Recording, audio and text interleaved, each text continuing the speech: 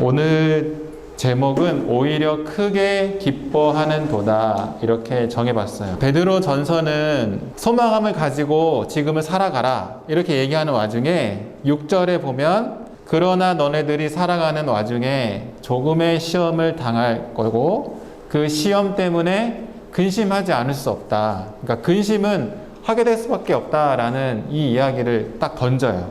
근데 사실은 근심하게 될 수밖에 없다라는 말이 중요한 게 아니라 그 근심하게 될 수밖에 없으나 오히려 크게 기뻐한다. 이 말이 중요해요. 자, 베드로 전서의 저자가 왜 근심하게 되는데 오히려 크게 기뻐하게 되느냐를 말하는지를 한번 오늘은 생각해 보려고 합니다. 왜 하나님의 사람들이 그리고 왜 하나님을 쫓아가는 사람들이 핍박을 받게 될까? 왜 받아야 되나요? 왜 고난을 받아야 될까? 잘 살면 더 좋잖아. 근데 성경의 여러 곳곳에 보면 고난을 받는데 조금 더 쉽게 얘기하면 그냥 신앙생활 하는데 항상 좋지만은 않은 거야. 신앙생활 하는데 어려움이 종종 생겨. 그래서 이해할 수가 없는 거야. 내가 크게 잘못한 것도 없는데 나는 그냥 정직하게 잘 살아가고 있는데 힘들어지고 주변에 어떤 박해, 지금으로 말하면 약간 조롱, 멸시, 이런 부당한 대우, 이런 것을 받는단 말이죠. 왜 고난을 당하게 될까? 그 첫 번째 힌트가 뭐냐면 7절에 보면 불로 연단하여도 없어질 금보다 이런 말이 표현이 되어 있어요.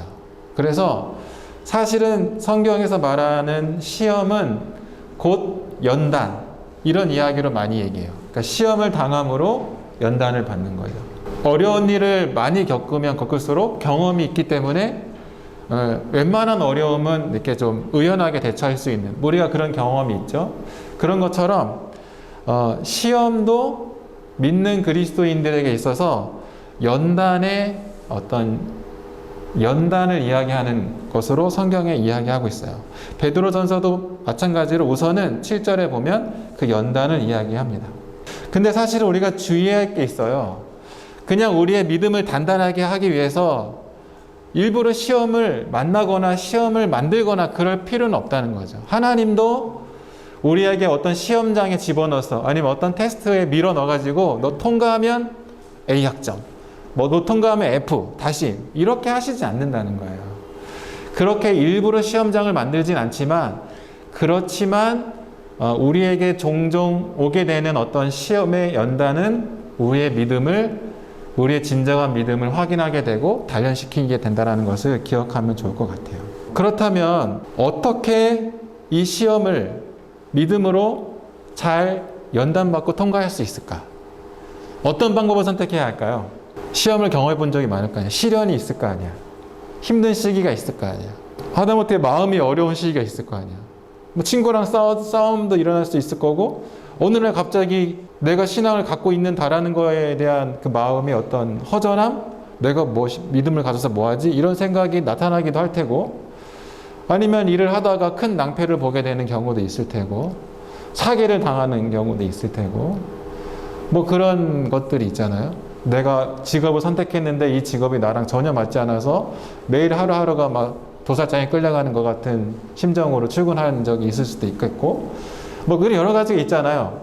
그러면 어떻게 이 시험을 통과해야 잘 통과하는 걸까요?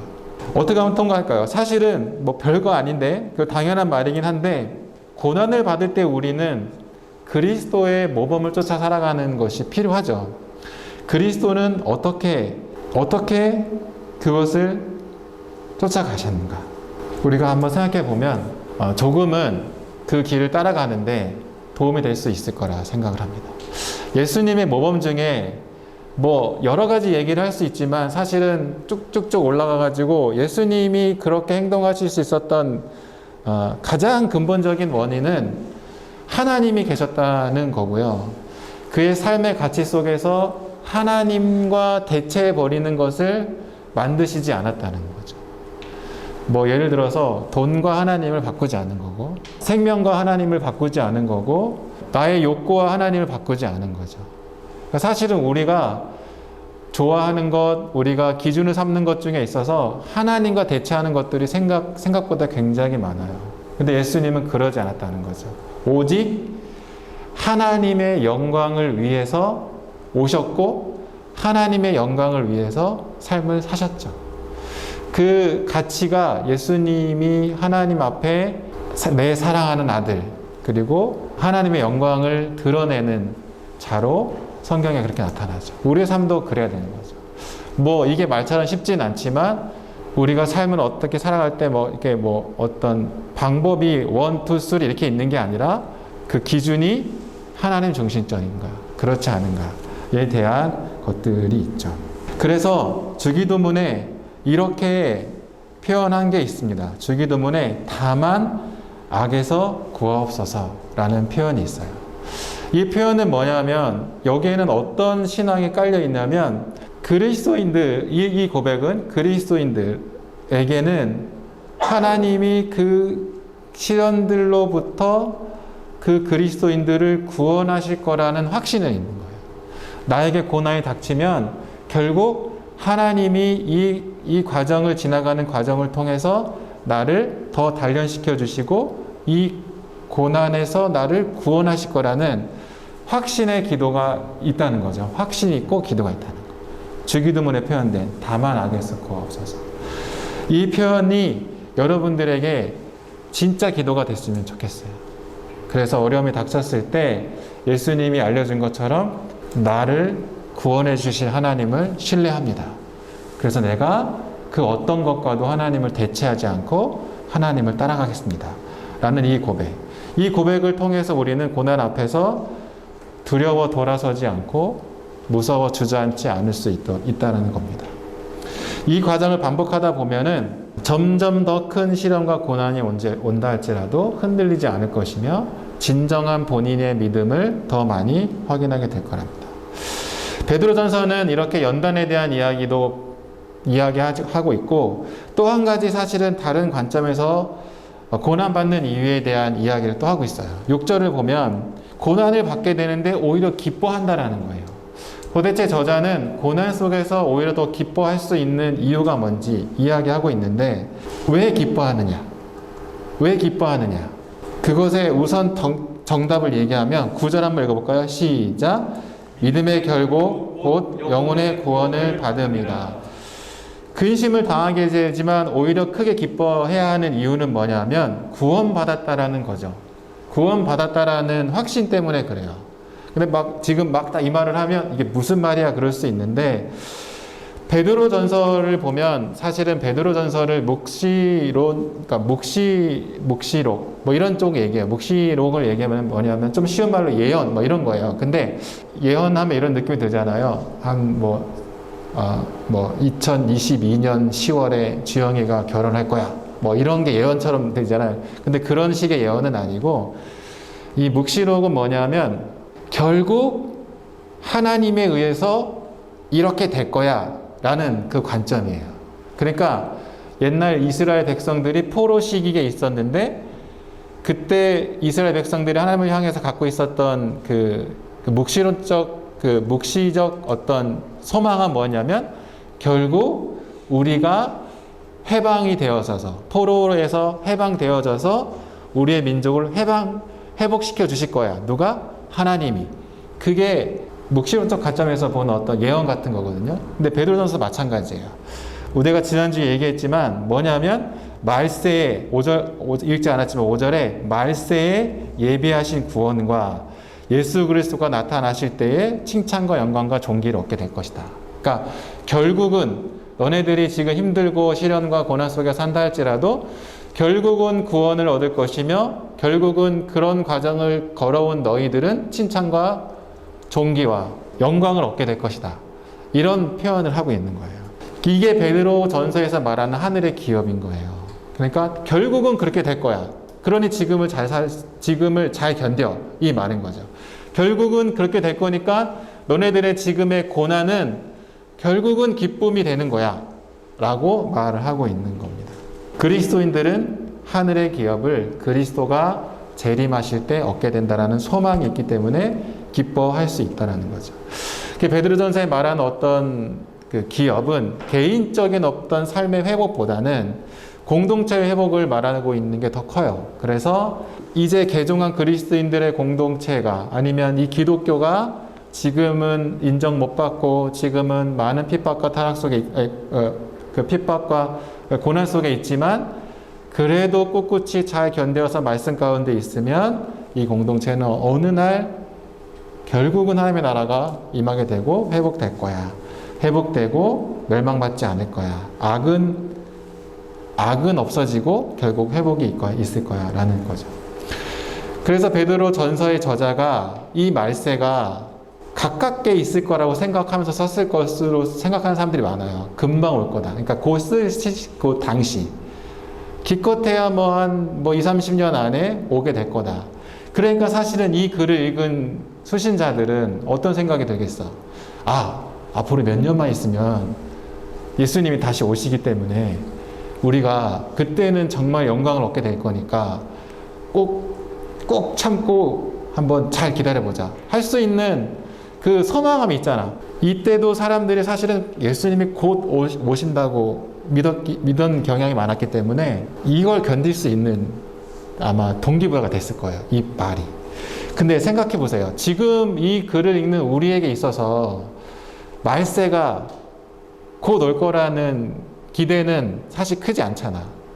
그게 언제인지 모르잖아. 사실 몇백 년이 지났는데도 불구하고 여전히 우리는 기다림의 연속으로 기독교가 있는데, 그러면 지금을 살고 있는 우리에게는 예수님의 재림이 임박했다라는 말, 그리고 고난을 견뎌내서 결국은 하나님의 나라가 와서 새로운 희망과 새로운 회복이 있을 거라는 이 베드로 전서의 어떤 이 말, 우리는 어떻게 해석해야 될까? 우리는 어떻게 해석을 해서 기쁨으로 이것을 받아들일 수 있을까? 궁금하잖아. 곧 올 거라는 것만 있으면 지금 기쁘게 살 수 있을 텐데 언제 올지 몰라. 내가 죽은 다음에 올 수도 있고 안 올 수도 있고 이런 생각들이 막 복잡하잖아요. 이게 사실 우리가 제일 궁금해하고 고민이 되는 겁니다. 이것을 좀 잘 생각해내기 위해서는 서신서에 나타난 이 베드로전서 서신서에 나타난 고난이 무엇인지 확인할 필요가 있어. 여기서 말하는 고난은 막 천재지변 때문에 갑자기 집이 무너져서 폭삭 망하거나 장사가 안 돼서 막 망하거나 이런 차원의 고난은 사실은 소개하지 않아요. 어떤 고난이냐면 그리스도인이 된 것 때문에 받는 고난이에요. 그리스도인이 돼서 내가 삶의 방식을 바꿨기 때문에 받게 되는 어려움인 거예요. 쉽게 말하면 조롱, 멸시, 무시, 이런 거예요. 제가 많이 쓰던 단어가 있는데 그게 뭐냐면 찌질해지는 거지. 그리스도인으로 살아감으로써 되게 찌질해지는. 주장도 잘 못하고. 우리는 사랑하라고 했으니까 원수도 사랑하라는 이런 말의 어떤 실천을 하게 되면 나를 핍박하고 나를 미워하는 사람도 내가 대받아쳐서 하면 안 되는 거야. 우린 사랑으로 받아줘야 돼. 그런 행동들을 하게 되면 결국은 우리가 더 인정받고 더 대단해질 것 같지만 세상은 그렇지 않죠. 그냥 그래 기독교인들 그러니까 더 그렇게 더 그걸 이용하는 그런 시대가 지금이죠. 그런 것들이 받는 고난이라는 겁니다. 베드로전서 서신서를 받는 사람들도 그런 식이었어요. 그런 내가 그리스도인이 돼서 이전 방식과 다른 방식의 삶의 가치로 옮겨갔기 때문에 받게 되는 불편함, 그것을 겪고 있었다는 거죠. 비웃음, 이런 것들을 불러일으키게 된다는 거죠.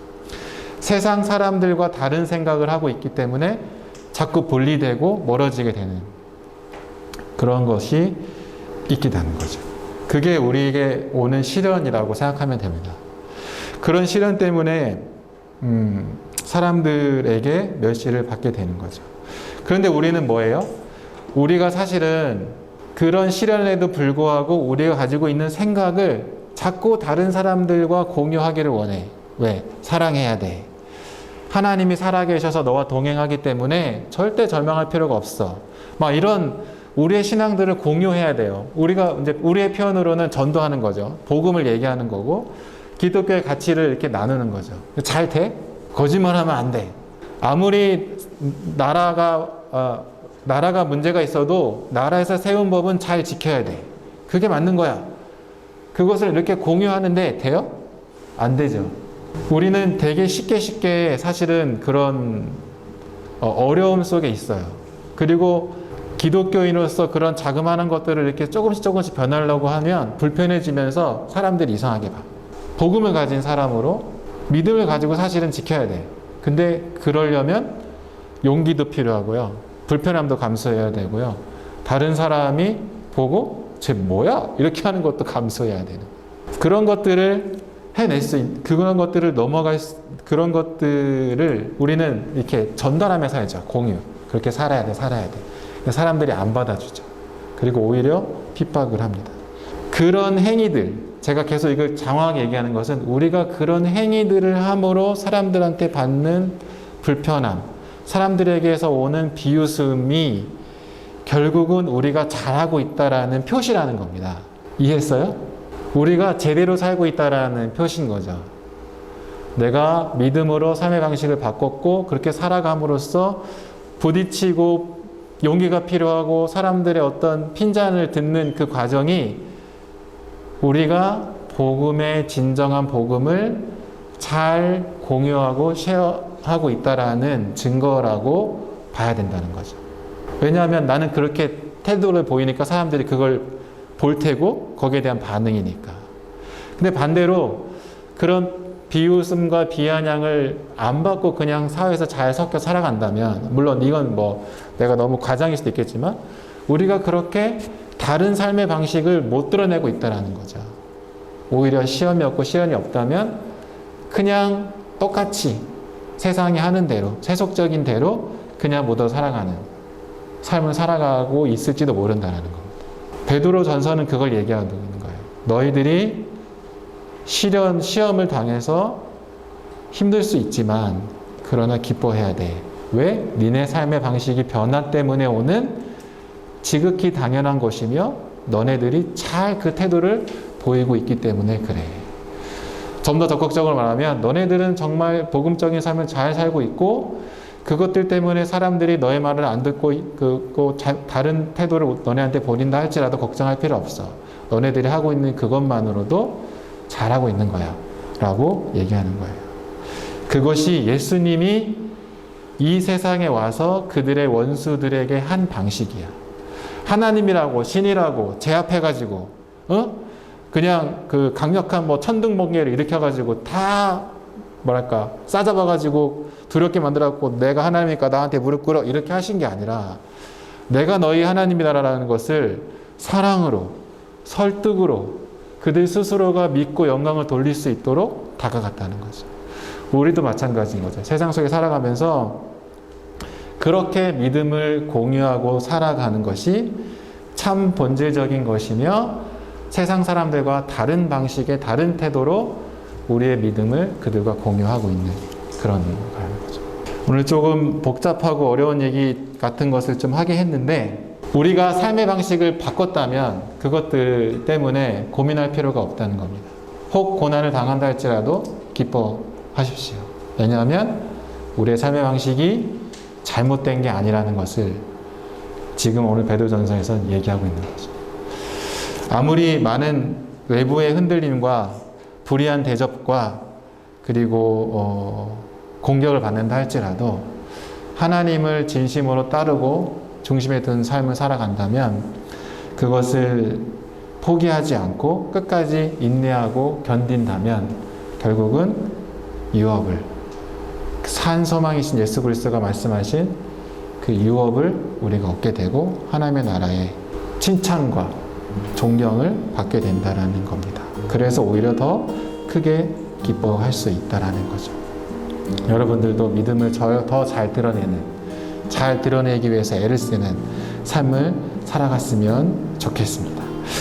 제가 기도하겠습니다. 주님 곁에